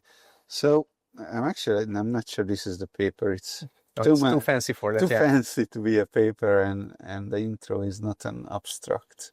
An expanding universe. This is it. All right. Better, This looks like a real paper. Oh, sorry for accepting and not reading. You're just cookies and stuff. You're just putting wild rum. Okay. I think. Yeah, it was a long time ago I was reading it, but what I want to show you is that the way that they've chosen these hallmarks were very narrow. Like anything that happens outside of your body, right? Like this is not part of your aging. Yeah. Right. Like any impact stress in general comes, right? So, but even the things that internally happen, they have like 3 other condition that it's not just the internal things, but also there's very specific kind of internal things that made me wondering about that. Okay, so if we really, this is really the core of aging, but if we really fix these things, like, are we really anywhere yet with aging? Yeah. You know, even if we fix the hallmarks of aging, I'm not sure if we solved it. Yeah. So anyway, it should be here somewhere, but okay. I totally agree with this. So to be honest, I'm coming from a background where we did a lot of meditation, a lot of exercising, kung fu, and different martial arts my whole life. Whenever if I'm just looking at my life, I feel like supplementation like this is just one tool. So you have to understand the intervention points and the abstraction of the system, right? So I think stress in general, if it's too much and if it's a given type, it's just not good for you. Even if it's a physical stress, emotional stress, there are endless amount of materials on how emotional things actually just having a profound impact on the body. Like we can go into the very psychological direction and just say like psychosomatical things. We can talk about epigenetics. We can talk about a lot of things which are super related, but also super unrelated to supplementation and stuff. So I think if you look more holistically, then you have to take care about your mind as well. And there are certain levels there as well, emotions, then your body. So even just the body internally, you can take supplements and make sure that the levels in your blood markers are just great. But what affects those levels? The supplementation, even if it's the perfect supplement, if that exists at all, even that would be not having good enough effects on you if your mind is currently overstressed and you are everywhere and you just basically from the brain you are giving condition to your body to make hormones and make yourself feel shit. So longevity, sometimes I think we are just too much observed with, I mean, biohacking wise with the supplementation, but it's a more holistic thing in my view. So But this is the end game. This single pill, right? Yeah. Like one pill a day is the end game of longevity, right? Okay, so that's problematic. We will get there. I am optimistic in that sense. Yeah. But before we get to a single pill, we're going to get to 100 pill a day, right? And before we get to 100 pill a day, we're going to get to 100 pill and 10 daily injections, right? And before we get to 100 pill and 10 daily injections, we get to 100 pill, 10 daily injection and hyperbaric chamber and workout and all kinds of shit, right? Like the very first way how we are going to solve aging is unfortunately going to be like living like robots, right? Yeah. Living the perfect life, or say not perfect, but like in a very, very constrained one. And then we're going to be able to leave out this and that. Perhaps we don't even have to exercise anymore because the pills are good enough. Yeah. And eventually, we're not just going to get to a single pill and live forever, but we're going to get to a single pill and live forever and be able to get smart. To stay smart, to do all kinds of drugs and alcohol and sex and everything, right? Like this is the real thing that people want, by the way. Of course they want longevity, escape velocity, but what they really want is hedonism, escape velocity, right? Like when they can do all kinds of dopamine crazy activities and get away with it. You think so? You know what? Actually, what's funny? But, okay. Tell me what is funny, but before that, just this thing. Every time a normie is looking at us, what are we doing? They are saying something like, okay, but then you don't really live, right? And what they really mean is like, don't drink. They want to do activities that destroys their body, right? But of course it sounds much better. You don't really live your life, right? It's so exciting. It's a really good topic. So in general, like what makes you feel like you live your life? Because for example, fucking Instagram is perfect your life. Perfected out to suck your life and to make you the most dopamine addicted animal without proper control over their life and stuff. I'm just starting to get into Instagram. I wonder. Yeah? I'm sorry, I meant that stuff. Please get the addict and get over it. All the longevity athletes are on Instagram. You know, that's true. I didn't even do any Instagram. I just had this profile, and then I was trying to do the Twitter, trying to do YouTube, stuff like that. Just people started following me on Instagram. Why? Yeah. It's happening, and for professional thing, it's good. Like, okay, I think so. So, I don't want to cut you off again. No, it's all good. I mean, what was the story? The story. So this guy, I didn't talk anything about it, but actually, the black one, the chart, the elusive one. Yeah. The mysterious black. It's not a pill. It's actually a tablet. Yeah, and you can chew it. So the idea there is. I didn't chew any, by the way. Yeah, no, did you try? No, I try it now. I only take. Want to try it now with me on camera? Let's see what happens. I should be able to. Brian just is also taking things on camera and seeing what happens. I don't try new things before sleep. That's my thing. That's my new thing. I'm somewhat of you. Yeah, so there was something I don't remember. I didn't want to overdose.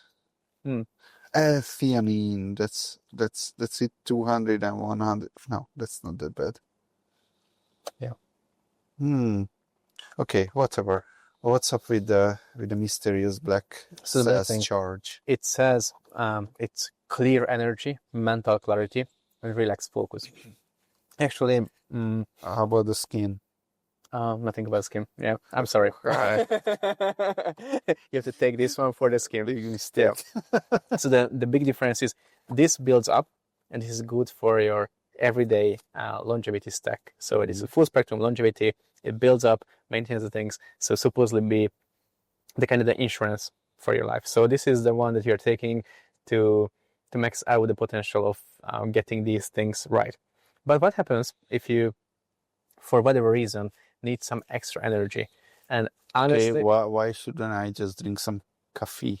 because after some point, coffee, that's basically the caffeine molecule is actually docking into the adenosine receptors, right? Okay. So what happens, it keeps adenosine to block into its receptors, because if it would block, then it would start signaling, and signaling would eventually lead you to feel tired, at least, and maybe exhausted, but tired for sure.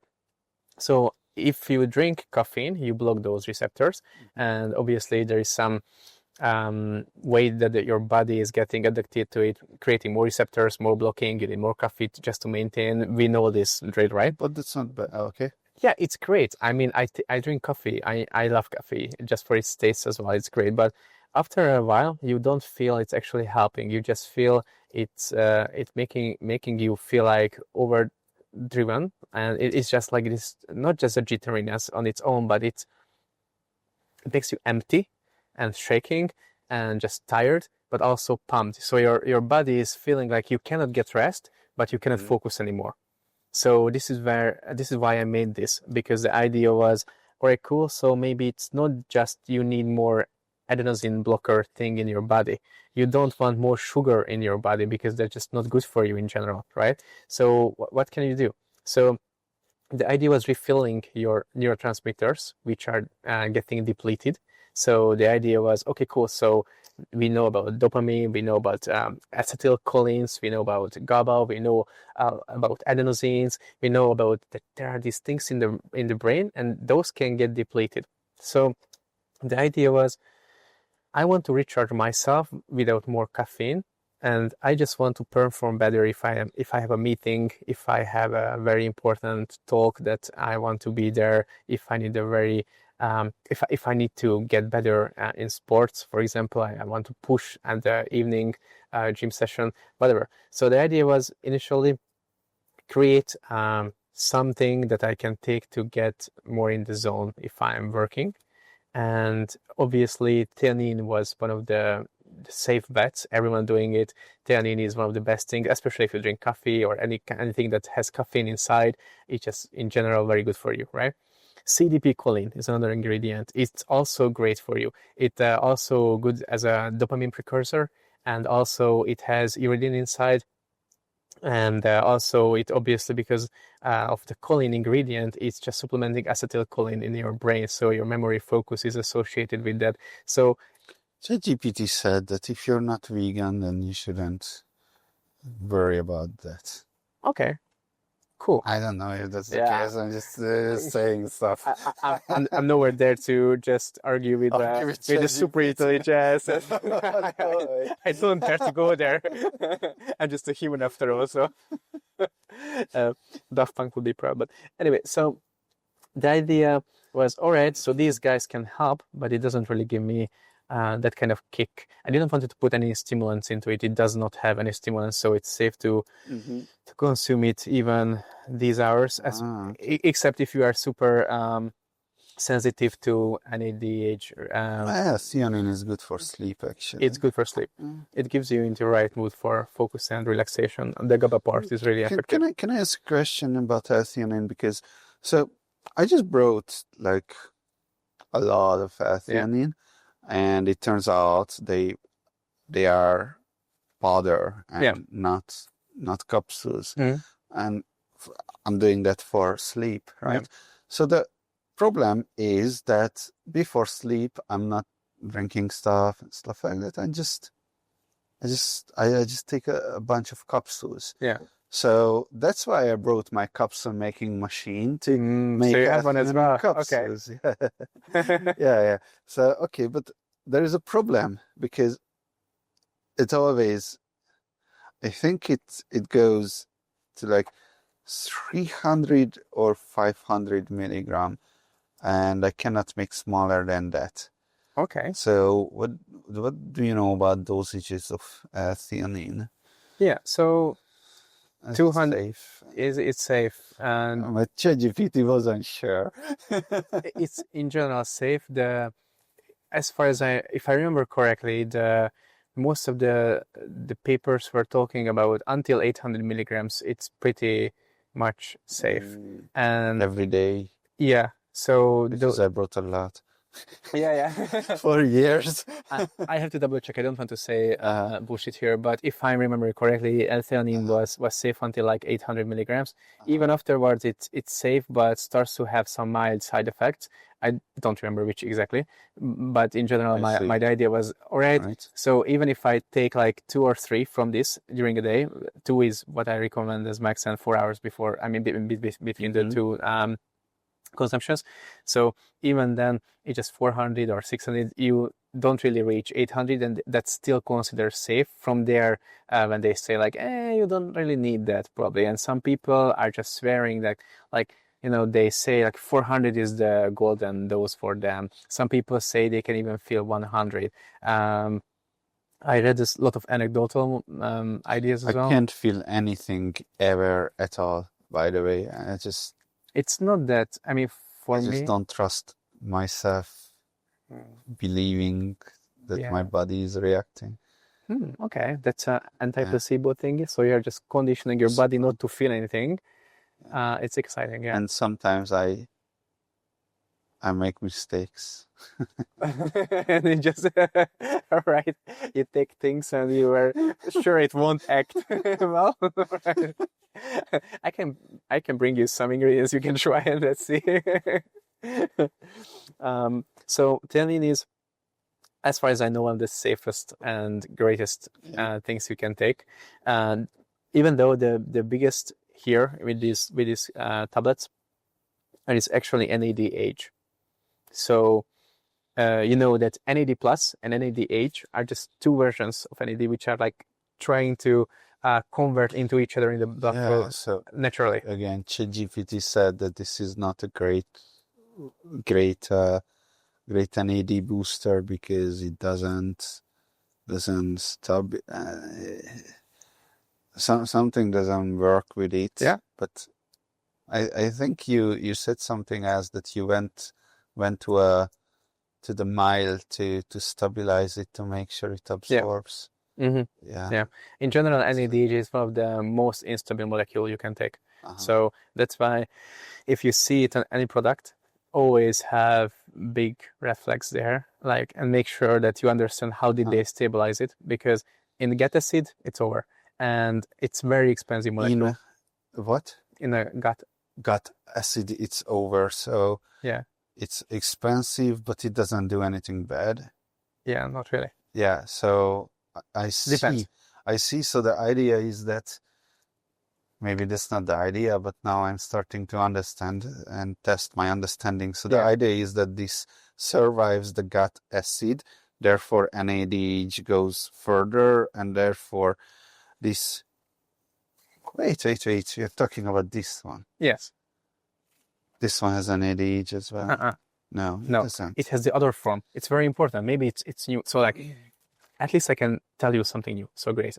Maybe not only, but NAD plus and NADH are 2 different things, 2 different versions. They convert into each other naturally, and you want different ratios in different parts of your body. So, for example, if you have a lot of NADH in your liver, you are not really happy with it. It's just actually not the right place for it to be. It actually can be toxic, so it's not something you want too much NADH, for example, in the liver. But if you can, someone told me, I don't remember who, but it was a really great analogy between NAD plus and NADH. So NAD plus is like the currency, the coins, the money, and you want more of those inside the cells. So you want it to be in the mitochondria, and you are just basically building your own bank of energy. But NADH is more like the gold bars. So it's harder to get, harder to maintain. Once you have it, you want to make sure they are safe, but they are not that durable. So what happens is with this thing, we, as you just said, made some extra miles to stabilize it, because NADH on its own is very sensitive. Just simple things like for humidity, for oxidation, like in water or in your saliva. So basically everything can kill it, sunlight, everything. But it's also expensive, but it's also great once you can stabilize it. So the idea is, if you can put, for example, antioxidants around it in the right form, the right amount, if you can put, for example, EDTA, which is a compound that helps keeping or protecting it from your from given ions in your saliva that are actually would attack it.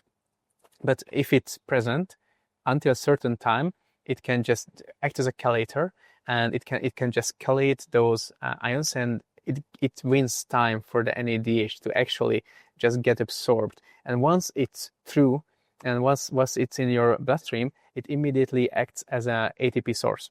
So it gives you basically free energy, except it's not free. It's kind of expensive compound, but it gives you immediate energy boost. So once you can make sure you are kind of just like protecting it until it gets into the right place, then you are doing something great. And it can immediately act as a kick in your brain. So you're not feeling stimulation, but you are just feeling like, if caffeine is like a kick, it's more like a fresh morning. So you feel like, all right, I am back. I just woke up after a good sleep, and I just feel like I'm more ready. I'm not feeling like I'm gonna run. I just feel like I'm more Can more you ready. drink caffeine with it? Yes, and the idea is, because theanine is there to also balance caffeine out.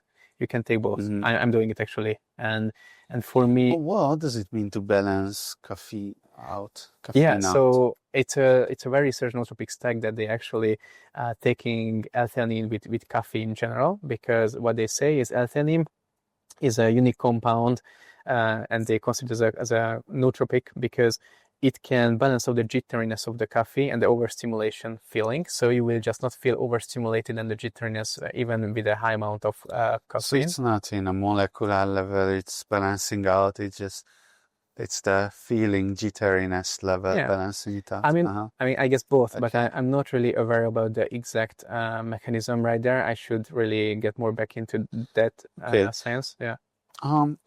Look, I have a question for you. Yeah. What's one thing you strongly believe to be the case, but very few people agree with you on?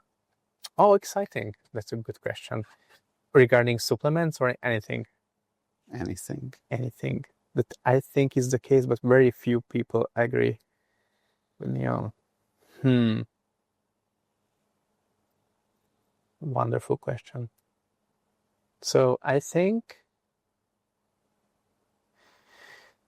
in general,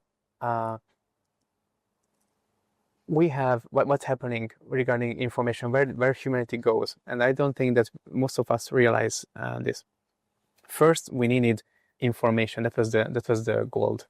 So, as I said, masters were giving to apprentices the information, and that was the biggest thing that you could get. Then later, we got, because of globalization, internet, technology, information basically is, well, at least It lost wants its to value. be free, and it's free now. Exactly. And that's great at some point, but on the other side, you don't know which is the ground truth, what should I choose. So great filters became the new value. And then, people started to have filtering for everything. Then what happened? Execution became the key. So no longer since a few months, but until a few months from now. Okay, so let me repeat that, because I think I never thought about it this way. So before the internet, we had to distribute information. Then we had so much information, so we had to somehow filter out the bullshit. Yeah. And now it's like everyone is filtering out the bullshit. So now how you act on the information, the filtered out information, is the key to what? To life. Yeah. Just think about, let's say you needed understanding of, I don't know, maybe it won't be the best analogy. Let's try. So you needed how to create chips so that you can actually create computers. Only a few people had this knowledge, right? So just a few decades ago, people who had access because of locally they were, let's say, in Silicon Valley or just places in the globe where they had centers for those kind of information. They were closer to the fire. They had more chance to act upon it. So information was really something. Then it got on the internet. It became free. Everyone know how to create chips. But can you still execute on it? Like, do you have the right power, technology, manufacturing, whatever thing, or just application-wise? Can you even code it? I know you understand the given framework and you know coding, but can you make it done?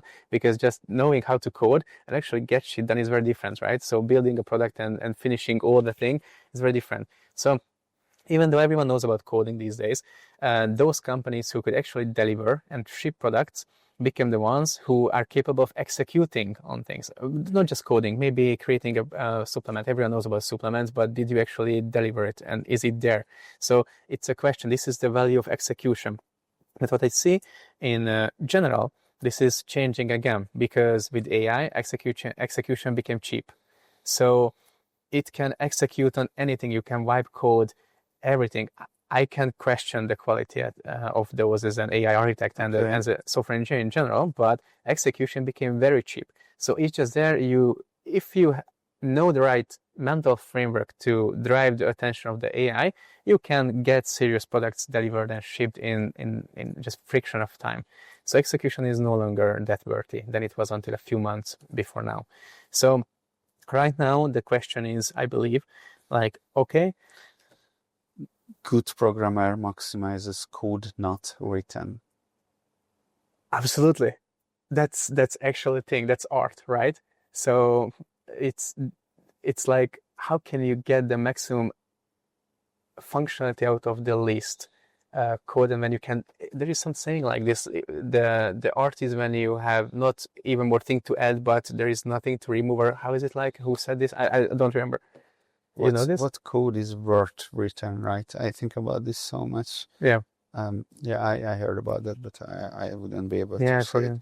But yeah, what you said, you were impressed with my programming past, and I suspect the reason is because you looked at my GitHub and probably you checked what I've done in the past, and you probably see that 10,000 commits like every year. You're a professional competitor for GitHub fixing or what? I was one of the most, I was working on Wasabi Wallet, right? Like every day, all the time. Yeah. I was traveling around the world, so it's not like family and friends trying to bother me. No, it's like I get up, go in a coffee, start to code. Nice. Go, okay, so what's the point? The point is that lately, because I wrote so much code, I got so addicted now. I have to get a little bit of coding done. I don't even care what, but a little bit every day just to feel satisfied. You know, it's so bad. Yeah.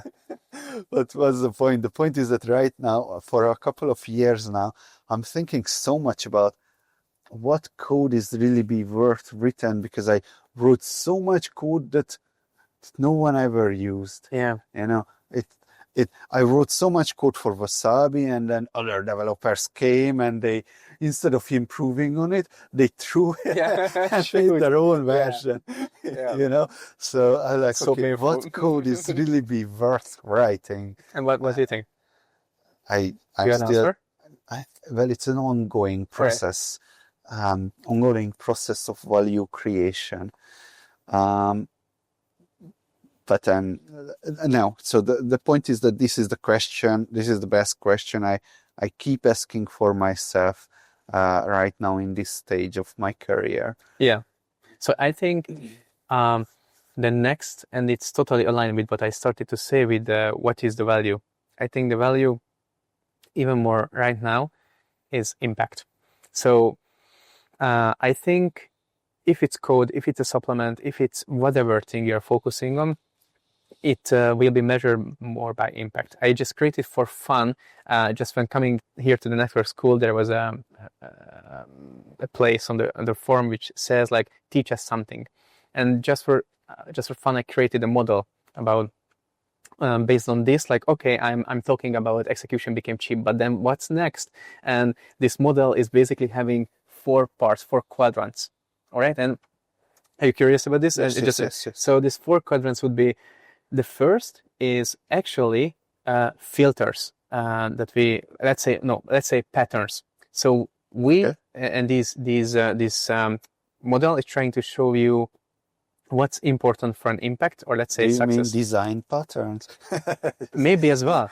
I strongly believe everything is built up about design patterns. Everything, even biochemistry, psychology, everything. Yeah, I was making a programming joke. Yeah, sorry. That's right. I was taking it about seriously. Yeah. So one part is definitely patterns. If you understand how the pattern, how things work, and whatever abstraction layer, you will have a connection with it, because patterns are one of the most important things. So you have to understand, once you understand something, you feel safe with it. So connection is definitely a key, but patterns are leading there. Okay. All right. So on the other side, there you have values. So because... Wait, but what was the two Yeah, axis? I will get there. I will get there in a second. Okay, so patterns, values. So the other thing you can do is focus on values. Okay. You will only do things that are more aligned with your values. So you should be aware about your values. So one of the questions here in this word is what my values are. And if people are going on social media... Don't get me started on that, man. Yeah, right? I don't think... Okay. Finish, and then I want to discuss a little bit about values. Cool. I'm curious. So the idea is there are, again, different abstraction of values. And I think the third one is more about timing. And the fourth one is all about, let's say, resources. Now, the interesting part here is not the X and the Y, but more the connection between the two. So, for example, if you see the pattern and you see the timing, then you have a problem fit. So you can have the right questions in the right time, so you can work on the things because you understand the pattern and the timing is right, then you have a problem fit that's worth working on. Okay. Now, if you have the patterns and you see the values, then you will have the filters aligned to the patterns that's there and the values that you do that are important for you. So you will filter all the information, understanding the patterns, and according to your values, you will have your filters. Now, if you have the 3, you have filters plus problem fit. So the right questions and looking about it. Now, if you have the values and the resources, then you can say, I have, like, let's say, for example, communities are all organized around values and resources, even this place. So if we have common values that we can connect on, and if we have the right resources, just starting with the place itself or whatever occasion, then you can create communities. So there is like the shared layer that's there. So if you have, let's say, communities or an opportunity to share these things, sharing economy, and the chance for right timing and the common filters, then there's actually just 2 things we didn't talk about yet. It's resources / timing. So if you have the right resource in the right timing, you can gain momentum. Obviously, resource can be work as well. So if you have filters, problem fit, momentum, and then the people to share it with, so around yourself, then you will have a great impact. So it's not about the X and the Y, but more than what are these building up as a cone. Okay. So this is how you will have a chance to have more impacts, which is ending up basically having questions around this. So we do not need execution, we need the right questions. The right questions, probably according to my view, are the ones which are shouting for a better impact to make. So code-wise, product-wise, focus-wise, because we can create anything, and the word is it's already speeding up and will speed up even more. The question is like, all of this, can I get the info? Can I get it done? Yes, most probably, because I have all the tools, right? Am I working on the right problem at the right time with the right people or on the right values? So my filters are all set, so then I can have an impact. So I think we are going this direction. Interesting. I'm always very careful about these, in management, as a topic, there is always like all kinds of acronyms and stuff like that, but people kind of pull that out of their S. Yeah. And even in philosophy, like there are so awesome ideas that seems to really work. But like, okay, what are you basing the 4 quadrants on, right? Yeah. So actually, I just try to put so what I see, execution is there, questions are more important these days. So the question is, what is the right question? What should I work on? I just try to make sense about these things. So at some point, you can criticize this whole idea. I just pulled it out of the ass because I just did it in one Sunday afternoon, and this model is far from perfect. It's more like just But it works. an ignition for discussions like this. But for me, it made sense when I just did put it together, and the idea was clarifying, like, after execution, what's the next, and probably its impact. And I mean, you had all these all the time, just the weighting was different. And for me, I was like, okay, how can I make sure to get closest to the impact? What are the factors I have to clarify? Because obviously I have to get smarter questions. Okay, but around what? And it was like, okay, how do I create anything? But first I understand it, so I have to be aware of the patterns, whatever it is. In psychology, supplementation, programming, I have to understand the patterns making that field move. Then, okay, why would I care about something? Because it's aligned with my values or someone's values or some value that I want to approach. So that again makes sense. All right, it's all good, but if it's not the right timing, then this whole thing is fucked. So I can do all sorts of things. If I'm not doing it in the right timing, then it's just a good idea probably, or not even a good idea. I'm not sure. And then if I have the right timing, because I see the word is there, if I don't have the resources, the people, the money, the placement, the whatever thingy, then I cannot get momentum to make that happen. Basically these were the ideas, and then I realized that each of these pairs can have some significant common ground. That if I think about the quadrants as baselines or displaying fields, then they are creating or needing something that actually activates them. And that's why I was thinking that maybe filters, problem fit, momentum, sharing, or community, at those sense, these are the ones that are activating or using those two. And if I add those created 4, then if I have all of them, then it's more like a formula. It is inevitable if it is executed on to get an impact. And then, all right, do I want that impact? What impact I want? And then the question comes like, all right, what is the right question here? And then it makes sense to me. Maybe it's just me. Maybe it's just how I wire. Maybe it's bullshit. I'm totally open for that. I don't have too much weight on this topic. It's more like about trying to understand where the word goes and how can I make more sense of it. But I'm curious, what do you think? Like, what is up with the values and stuff?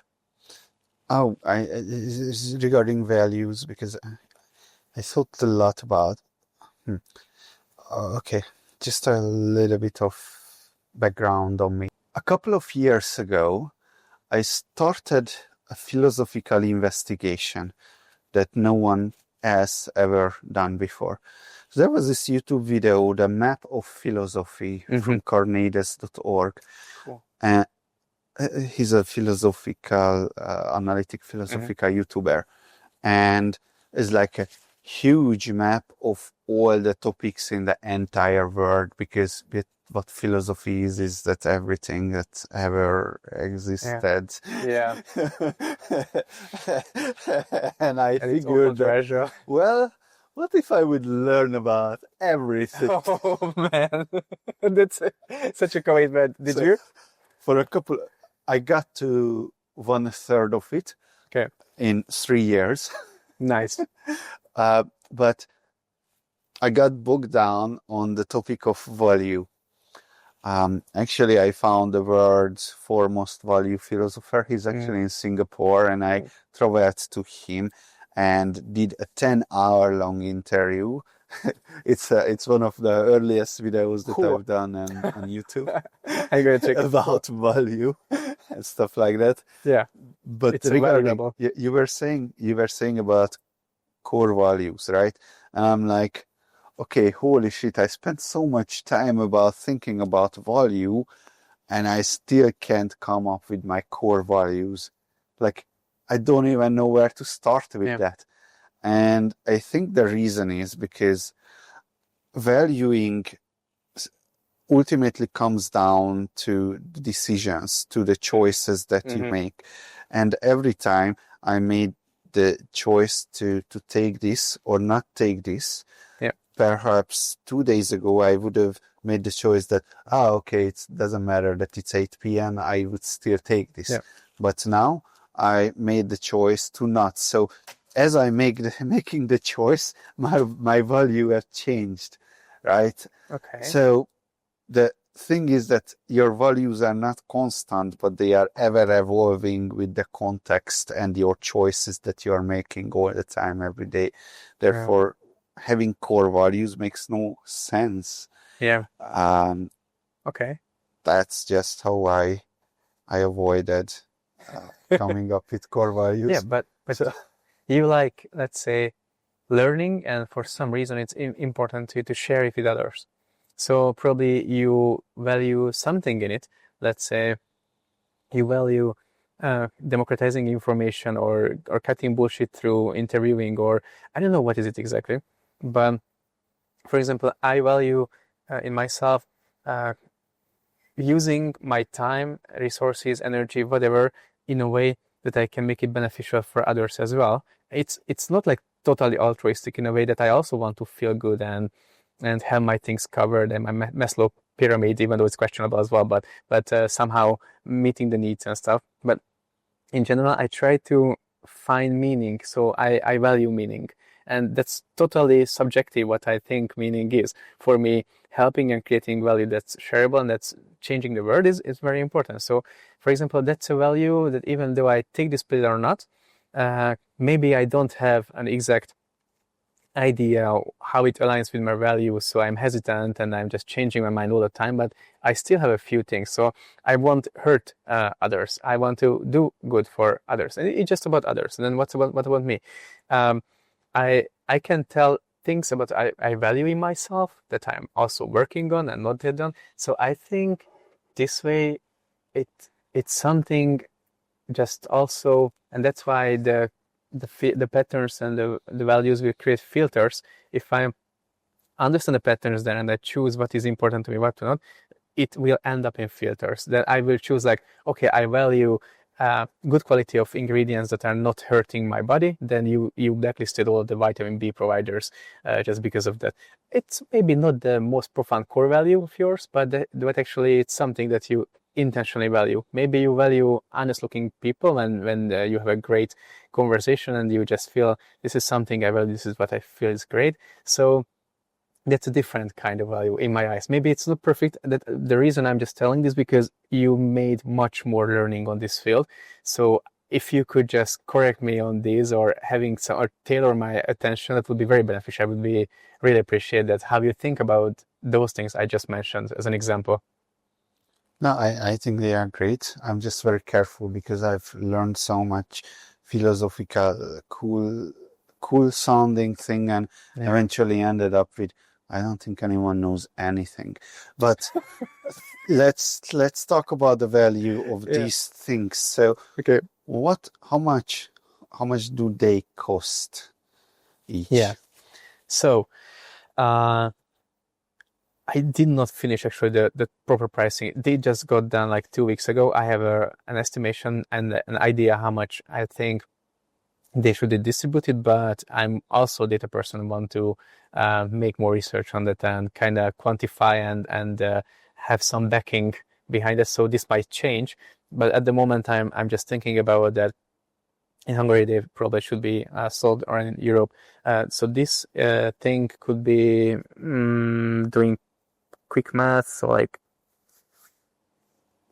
$45 to $50, let's say, a month's worth. Okay, it depends on the size of the animal, because if it's for 10 kilogram dogs. So if your cat is like, let's say 5 kilograms, or a dog is like 5 kilograms, then there should be 2 months worth. So that's it. This is for one portion. This is usually for 1 month, and each of the products is containing 1 month worth. of dosage, let's say. So this is about the same price, and this is around $87. So I try to put it in a level to be around the AG1 for a month, because this is an educated decision by them that people can pay that much. If I wanted to get this thing from different products, it was more on the $150 and $200 side for a month worth of products, if I would like to just get these from different ingredients. So I think that's pretty decent. I wanted to price it in a way that most people who really want to get in there can afford it, if they can also afford like premium quality products. So I know it's like still not on the price of a multivitamin, but it's also not the same thing. But I really didn't want to make a huge markup on it, so that I wanted to make it accessible for the masses as well. So this is what I think right now that is reasonable, and how we can make it. And it also depends, like, for example, if someone is very tiny, let's say they can just take one pill instead of the two pill a day. So it definitely depends, but a box, let's say, is priced that way. And where can people buy this? Nowhere, but where will they be able to buy this? Yeah. So the idea is first we are starting on sales.health, which is a website. Sales.health. Yes. Yes. Sales.health is like an international website or EU website. What's that? Yeah, it's a EU website. Website. We have the first batch of product already in the warehouse. How many did you sold? Not yet, actually. It's literally as we're speaking, it arrived yesterday. So, you know what they say, you have to buy before the side effects arrive. Yeah. Exactly. So I don't know too much about the initial customer feedbacks yet, because I just have the family, the friends, and like a small group who's already taking it, not from this form. So anyway, you can buy it on the website. In EU, it's shipping everywhere in the EU, so that's great.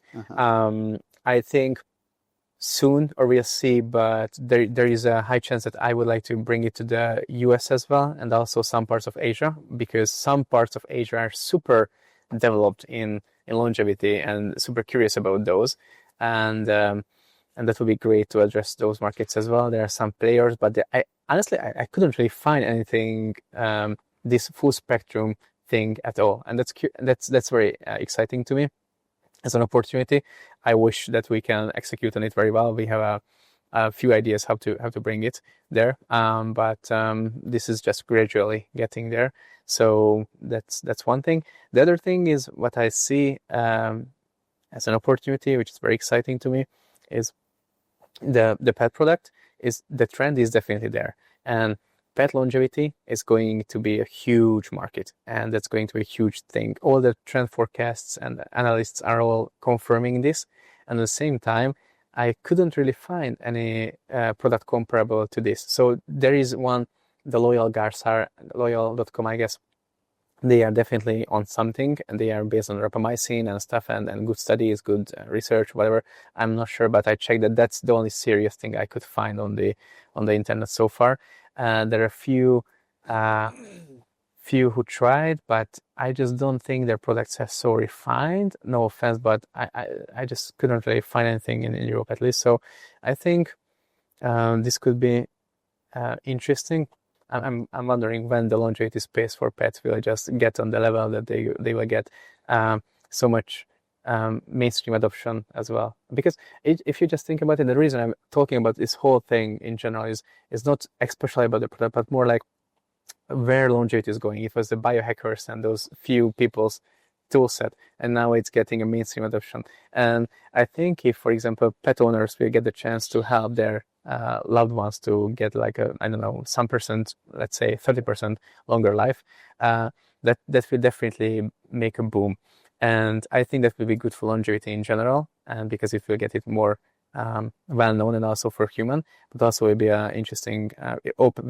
Opening mainstream research even more. That's what I believe. So that's why I'm thinking holistically about this whole thing, like where these products can actually have an impact. How can it change the life of the users? How can it change the whole scope? And how can we contribute into that to have more communication, better researches, more ideas, get the frontier stuff into the hands of the everyday people and let them give a chance to at least use them if they want to and get access to it. It's very important to me. So that's one of the reasons I'm doing this. Adam, good luck on taking on Novos as the first competitor. Thank you so much. It was a pleasure. Thanks for having me. Thank you for coming to the show. Thank you.